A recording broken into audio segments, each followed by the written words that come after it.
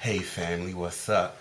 Today I would like to answer a couple of your questions, which was related to my last video, or next to the last video that I had done about the movie Inception. At the end, I talked about or warned against making deals with entities along our astral travels, and quite a few of you have sent me emails asking questions about that, and I will answer those questions. But first, I would like to give a special shout out. Mind over matter, my mind over matter. Yeah. Mind over matter, my mind over matter. Yeah. Mind over matter, my mind over matter. Yeah. Mind over matter, my mind over matter. They wanna break me down, they wanna shut me up. I don't give a damn, I'm not giving up. They wanna break me down, they wanna shut me up. I don't give a damn, I'm not giving up.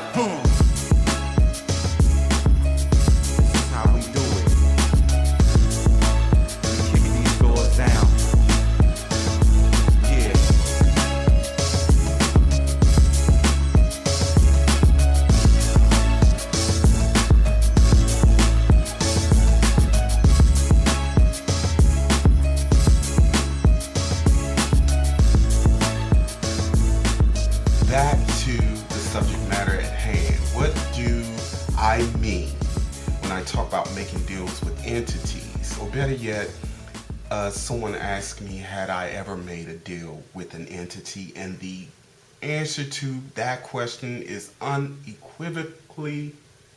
I tell you guys, sometimes my brain or my tongue, whichever way, sometimes they get out of sync. But absolutely not. Not. Now, I know that in earlier video, I stated that an entity had given me knowledge. It's one thing to give and share information, but it's another to offer something in return for something else. There are clever con men, as we have here on Earth, that exists interdimensionally and otherwise as well. Again, keep in mind, everything that is possible here is possible elsewhere. So as above, so as below, or so as below, so as above. Now, someone asked too, what does it mean to steal souls? What does that really mean? Well, there are many ways I can explain how souls are stolen or how people bargain their souls for deals all of the time, but I'm going to specifically talk about it in terms of the entities that I'm warning people against. Okay, let me give you an analogy. Imagine being near the end of your life and you have acquired so much wisdom, and you have a very nice nest egg, and you have a beautiful home, and your life is just filled with riches on multiple levels. And this dashing, charismatic con man, but you don't know he's a con man, but this man shows up and he's a salesman, and he offers to turn everything that you've acquired over 10 times or tenfold. Now, imagine making that deal, signing on the dotted line, only to find that there were fine print that we didn't quite understand or didn't read. And that con man basically walked off with everything that you've ever acquired and worked hard for. And there you're left with nothing but the shirt on your back, if you have that. Now multiply a scenario like that times every single lifetime you've ever had, and all the wisdom and the vibratory escrow. I love that term. I heard that from Abraham Hicks. Imagine everything that you've ever acquired, the essence of who we are, being taken away, and all that's left is a spirit. The spirit animates the body, but when we make deals and an entity takes all of what we had We are left to start at square one and find our way all over again. The question that I was asked is, how can we tell a real giving entity versus a fake one? Well, this can be kind of tricky, but what I can do is give, based on the revelations that I've received and how I go about discerning.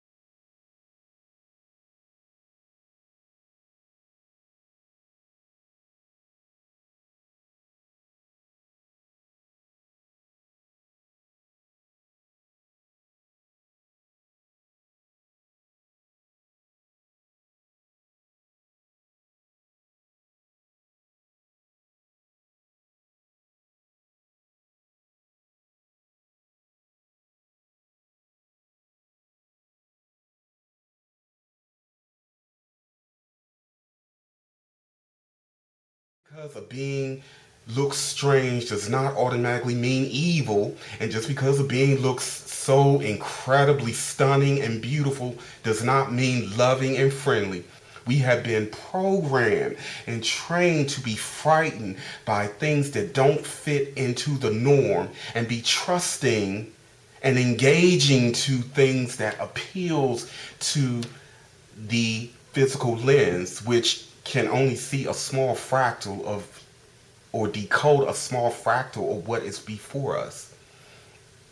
So many times, those of us who are deceptive are going to present ourselves in a very trusting and beautiful way, or in a way that that they have watched and observed that we would be very open to.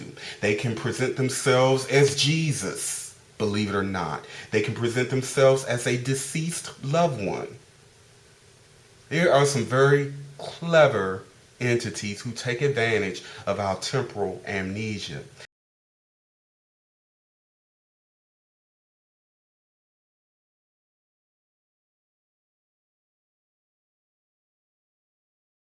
And that's the irony about those of us who make a living, be it here or elsewhere, who make a living manipulating and stealing and deceiving. As I always say, what we do to others is ultimately what we do to ourselves. No one can escape it. So while our very clever brothers and sisters from the lower fourth dimension and other places, go about doing some pretty desperate things to steal souls, they are unaware that they are furthering the nail in the coffin of their own prison.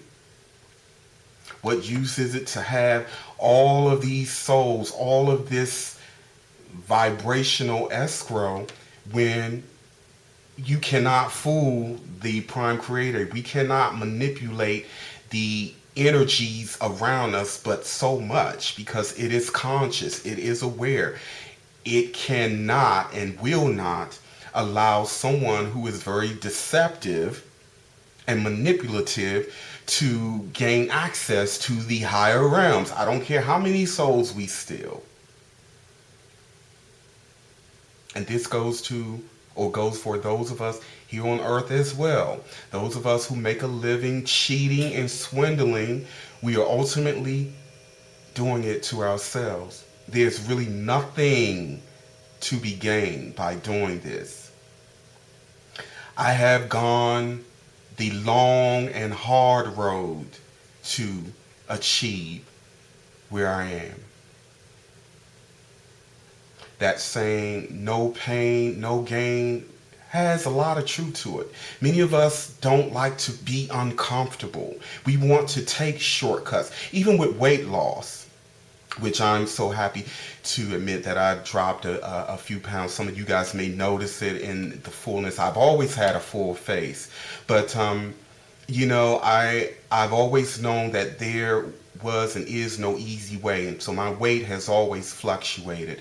But many of us who look for shortcuts and a quick pill to lose weight, to stop smoking, to raise our vibration, when we do this, we are cheating and fooling ourselves, because guess what? We may find something that will work quick, but what happens?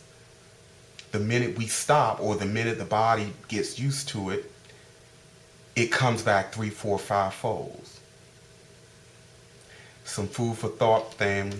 I'm running out of time, and I will be doing a follow-up on this and then some. Never forget, family, you are loved beyond measure, and happy travels.